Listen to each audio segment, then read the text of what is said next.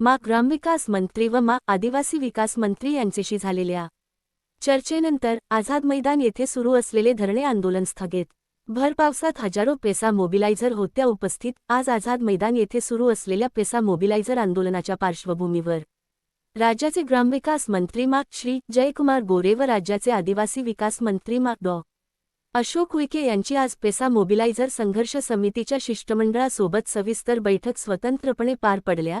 या बैठकीत पेसा मोबिलायझरची पदे कमी करू नये या मागणीविषयी अत्यंत सकारात्मक व समाधानकारक चर्चा पार पडली। येत्या 15 जुलैला मंत्रालयात पुन्हा समितीच्या शिष्टमंडळासोबत सविस्तर मीटिंग मंत्रालयात पार पडणार आहे।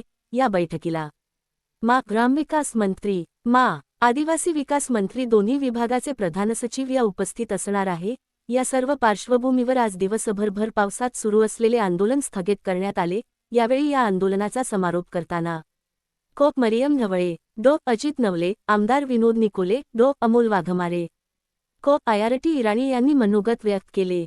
संपूर्ण दिवसभर महाराष्ट्र राज्याच्या 13 आदिवासी बहुल जिल्ह्यातील ज्यात गडचिरोली, चंद्रपूर, अमरावती, यवतमाळ, नंदुरबार, धुळे, नाशिक, ठाणे, पालघर, पुणे, अहिल्यानगर या जिल्ह्यातील उपस्थित पेसा मोबिलायझर यांनी आपले मनोगत व्यक्त करून पुढील काळात लढा अधिक तीव्र करण्याचा इशारा दिला।